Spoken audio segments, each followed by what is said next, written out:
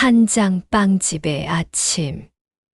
새벽 5시 한정이는 알람 없이도 눈을 떴다. 30해 동안 똑같은 시간, 똑같은 일상. 차가운 바닥에 발을 내딛는 순간부터 하루가 시작됐다. 작은 빵집 오븐에 불을 지피고 반죽을 치대는 손놀림은 기계처럼 정확했다. 식빵, 단팥빵, 크림빵. 동네 사람들이 좋아하는 것들을 차례로 구워냈다.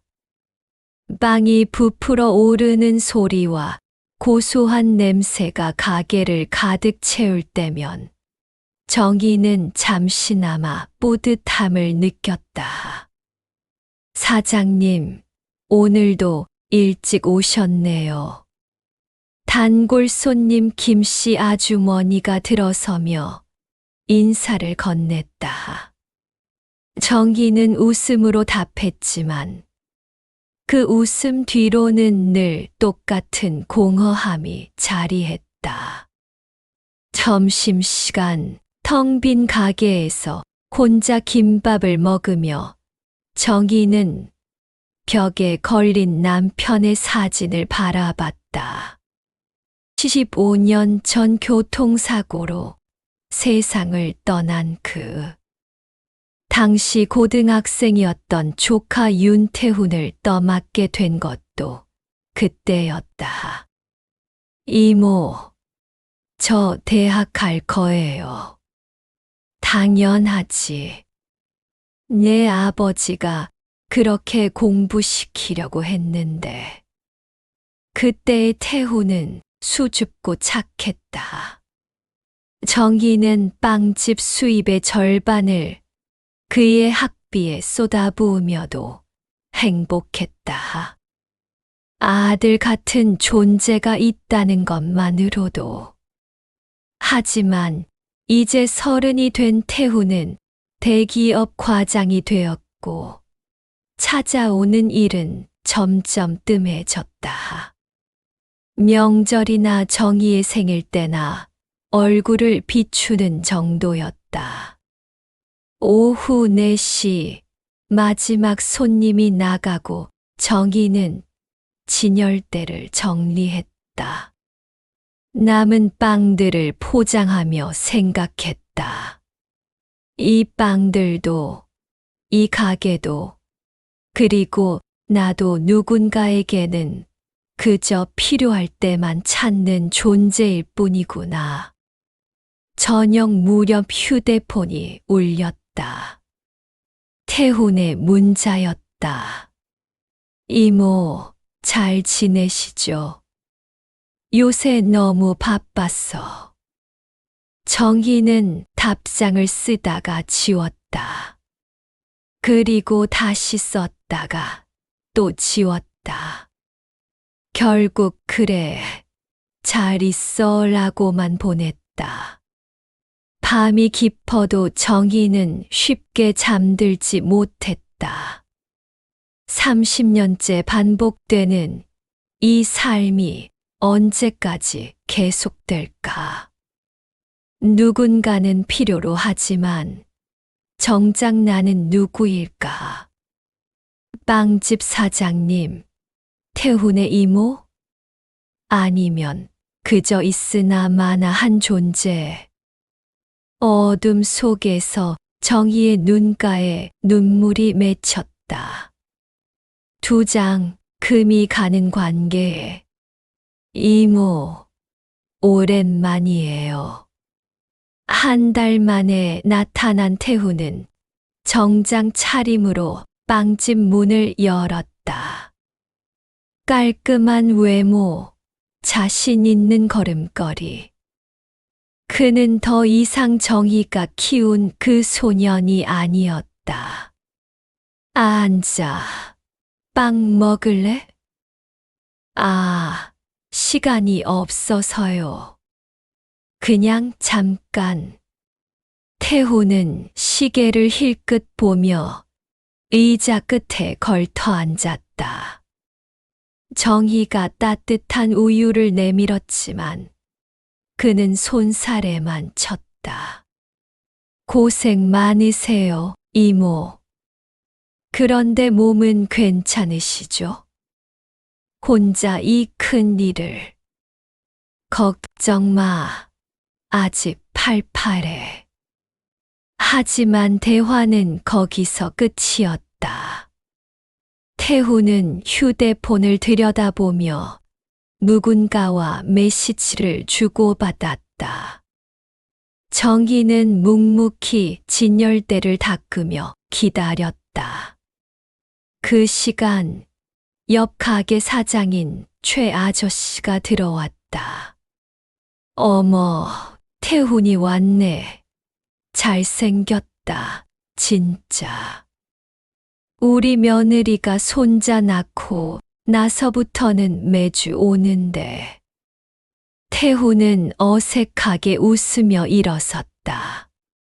죄송해요, 아저씨. 회사 일이 있었어. 최 아저씨가 나간 후 침묵이 흘렀다.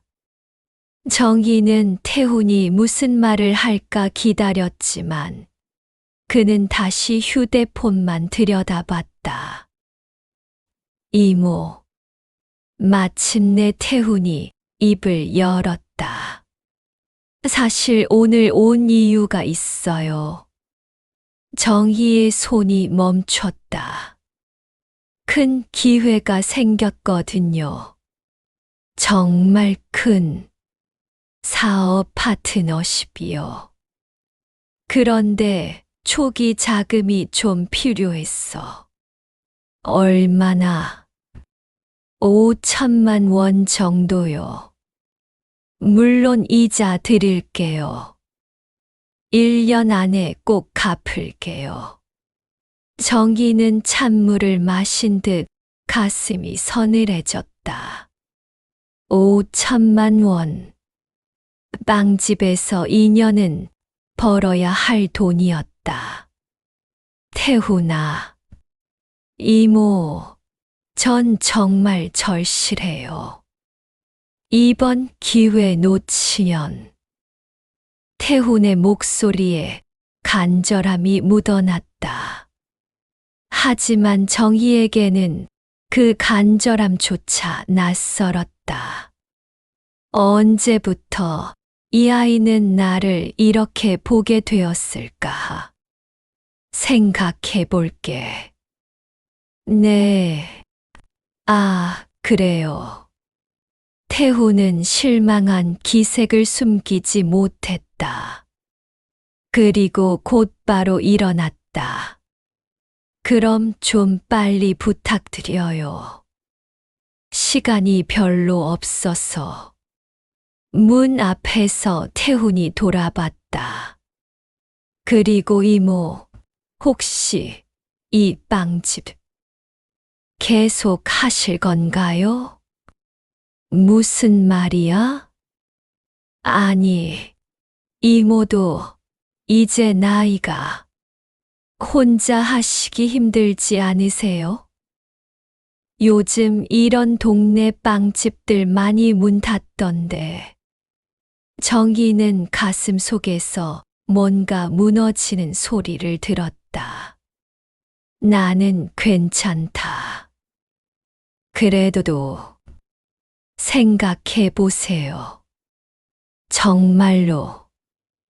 태훈이 나간 후 정희는 빈 가게에 혼자 남았다. 저녁 노을이 창문으로 스며들고 있었다. 그녀는 남편의 영정사진을 바라보며 중얼거렸다. 여보, 나는 언제부터 이렇게 된 걸까? 가족이 아니라 그냥 필요할 때만 찾는 은행 같은. 그날 밤 정희는 통장을 들여다보며 오랫동안 생각에 잠겼다. 5천만 원을 빌려준다면 남는 건 무엇일까? 그리고 그 후에도 태후는 찾아올까? 답은 뻔했다. 결정의 순간, 일주일이 지나자 태훈의 전화가 걸려왔다. 이모, 생각해 보셨어요? 태훈아, 그 돈이 쉬운 돈이 아니야. 알죠. 알아요. 그런데 이모, 정말 마지막 기회거든요. 이거 놓치면 전 평생 후회할 것 같아요. 목소리에 조급함이 묻어났다. 정희는 한숨을 쉬었다.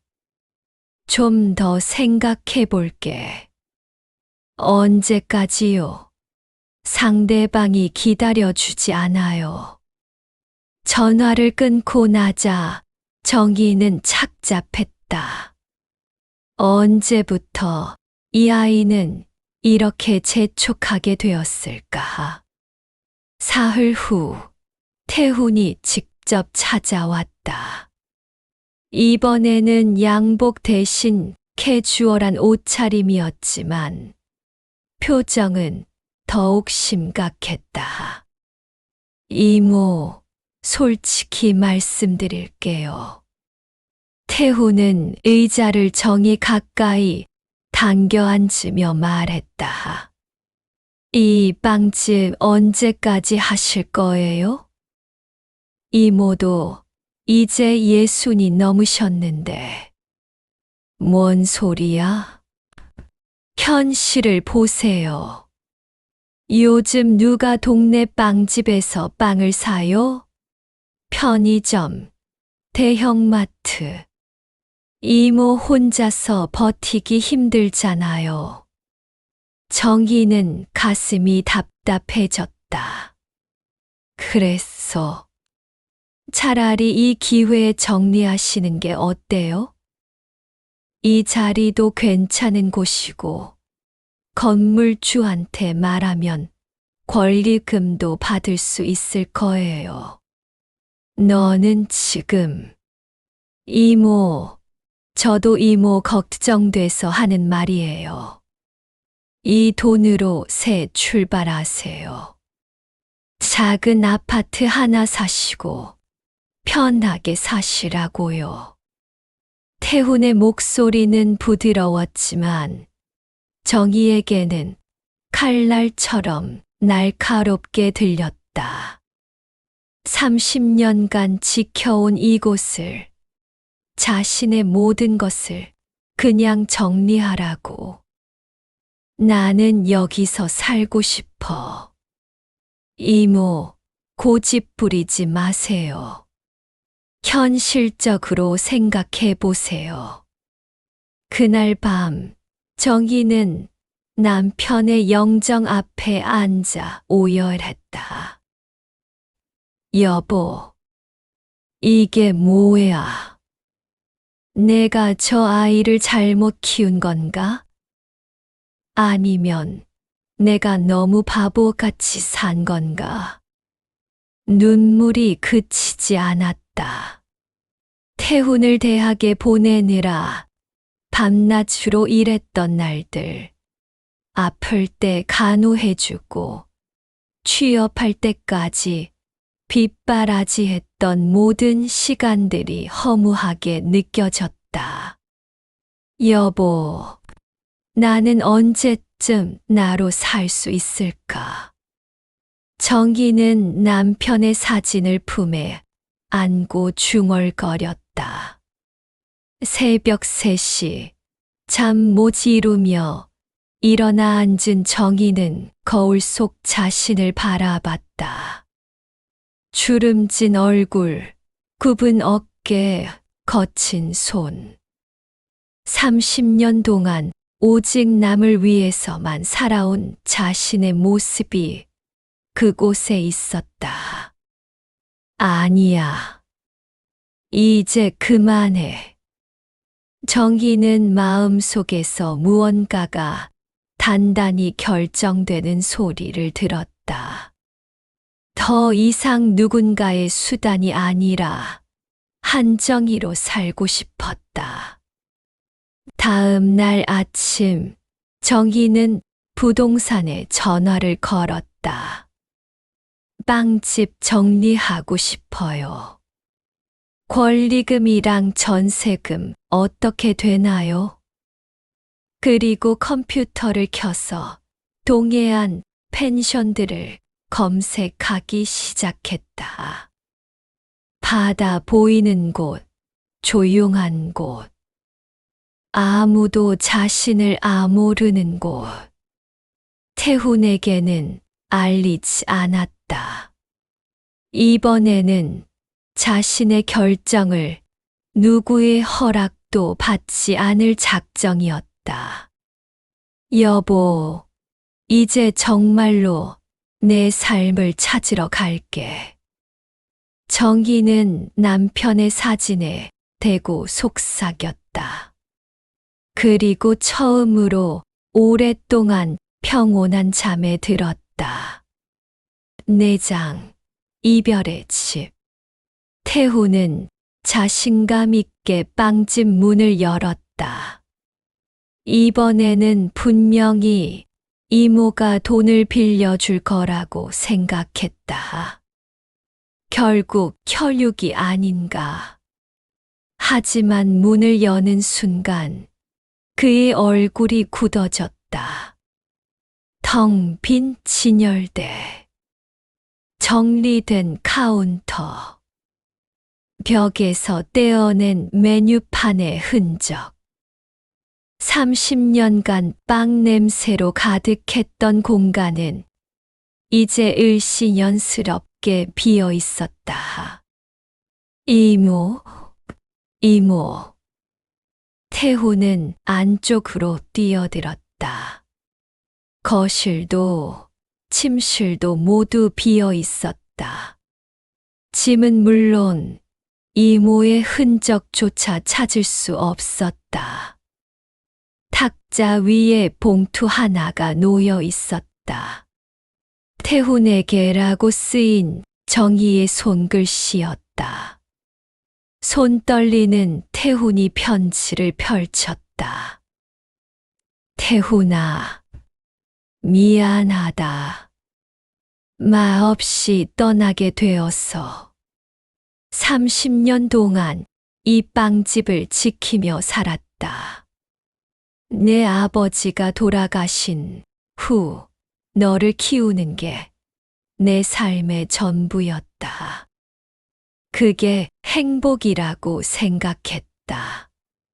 하지만 언제부터인가 깨달았다. 나는 한정희가 아니라 그냥 누군가의 이모로만 살고 있었다는 걸. 내게 빚진 건 없다. 오히려 내가 너에게서 받은 것들이 많았어. 아들 같은 존재가 있다는 기쁨, 누군가를 위해 산다는 보람. 하지만 이제 나는 내 삶을 찾으러 간다. 60이 넘어서야 깨달은 게 부끄럽지만 건강하게 잘 살아라. 그리고 가끔은 진짜 가족이 뭔지 생각해봐. 이모가. 편지를 읽는 태훈의 손이 바들바들 떨렸다. 분노가 치밀어 올랐다.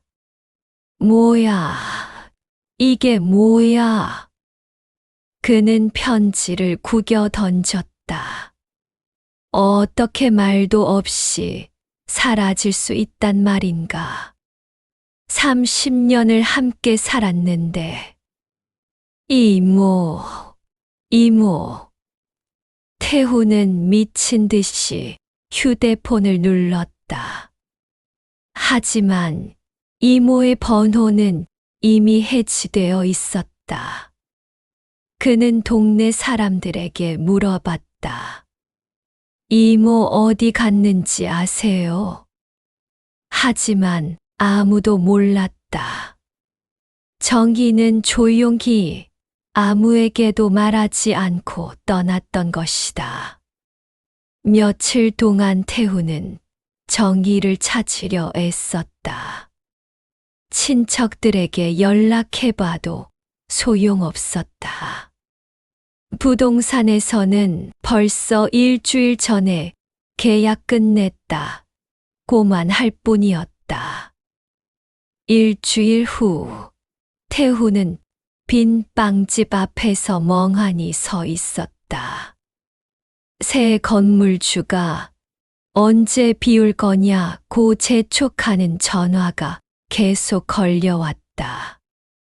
그제야 태후는 깨달았다.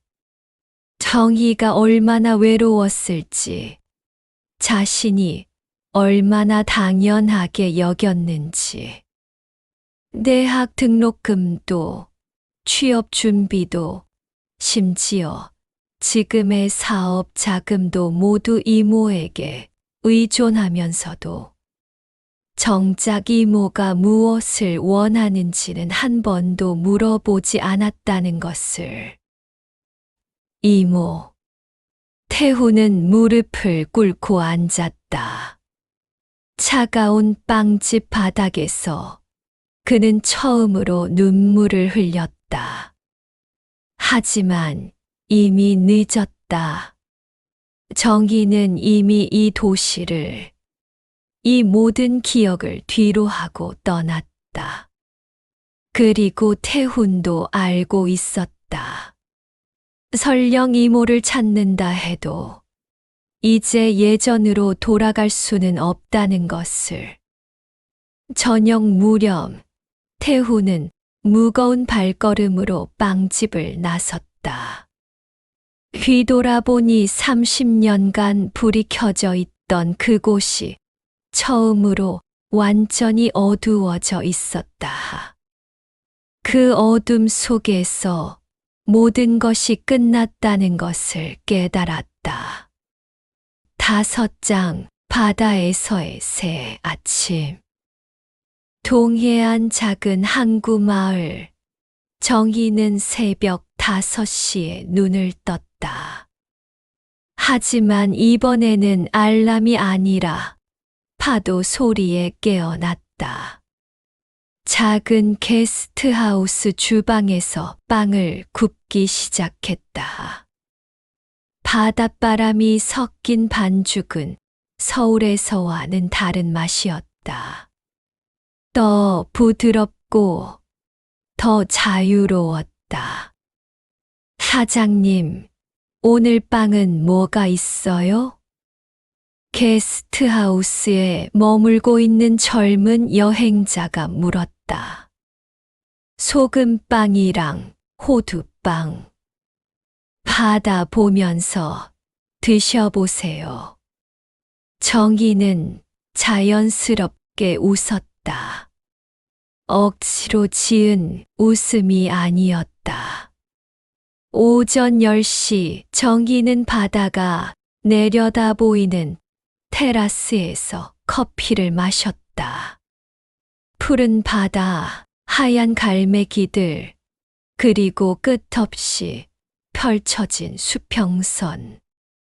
30년간 빌딩 사이에서만 살았던 그녀에게 이 모든 것은 선물 같았다. 이모님, 여기 온 지 얼마나 됐어요? 옆집 민박집 사장인 김 아주머니가 말을 걸었다. 1달 정도 됐네요. 서울서 오셨다면서요. 가족들이 보고 싶지 않아요? 정희는 잠시 멈칫했다가 대답했다. 이제야 진짜 가족을 만났어요. 이 바다, 이 마을이요. 김 아주머니는 고개를 갸웃했지만 정희는 진심이었다. 점심 무렵 마을 할머니들이 게스트하우스에 놀러 왔다. 정희야, 오늘 장에 같이 갈래? 바다에서 조개도 캘 수 있어. 같이 가자. 이들은 정희를 그냥 정희라고 불렀다. 사장님도 이모도 아닌 한정이라는 한 사람으로 대해 주었다. 얼마나 오랫동안 기다렸던 호명인지. 저녁에는 마을 사람들과 함께 방파제에 앉아 막걸리를 마셨다. 바다에서 불어오는 바람이 머리카락을 흔들었다. 정희 씨, 여기 계속 살 생각이에요? 촌계장 아저씨가 물었다. 글쎄요. 아직은 잘 모르겠어요. 하지만 정희는 바다를 바라보며 말했다. 여기서는 제가 누구인지 알 것 같아요. 그날 밤 정희의 핸드폰이 울렸다. 태훈의 번호였다. 한 달 동안 몇 번째인지 모를 전화였다. 정희는 휴대폰을 바라보다가 조용히 전원을 껐다. 아직은 받고 싶지 않았다. 언젠가는 받을 수도 있겠지만 지금은 아니었다. 새벽 1시 정희는 혼자 해변을 걸었다. 달빛이 바다를 은빛으로 물들이고 있었다. 파도가 발목을 적셨지만 차갑지 않았다. 서울에서는 한 번도 해보지 못했던 일이었다. 한밤중에 혼자 나와 바다를 보는 것. 아무의 허락도 걱정도 받지 않고. 여보, 보고 있어. 정희는 바다에 대고 중얼거렸다. 남편도 이 자유로운 모습을 좋아할 거라는 생각이 들었다. 파도가 발을 감쌌다 빠졌다를 반복했다. 그 리듬에 맞춰 정희는 속삭였다. 이제야 나로 산다. 그 순간 30년 만에 처음으로 한정희는 완전히 자유로웠다. 바다는 아무 대답 없이 그저 그녀의 고백을 받아주었다. 그리고 그것으로 충분했다. 새벽이 밝아오자 정희는 게스트하우스로 돌아갔다. 오늘도 빵을 구워야 했다. 하지만 이제는 누군가를 위해서가 아니라 자신이 원해서 하는 일이었다. 그 차이가 모든 것을 바꾸어 놓았다.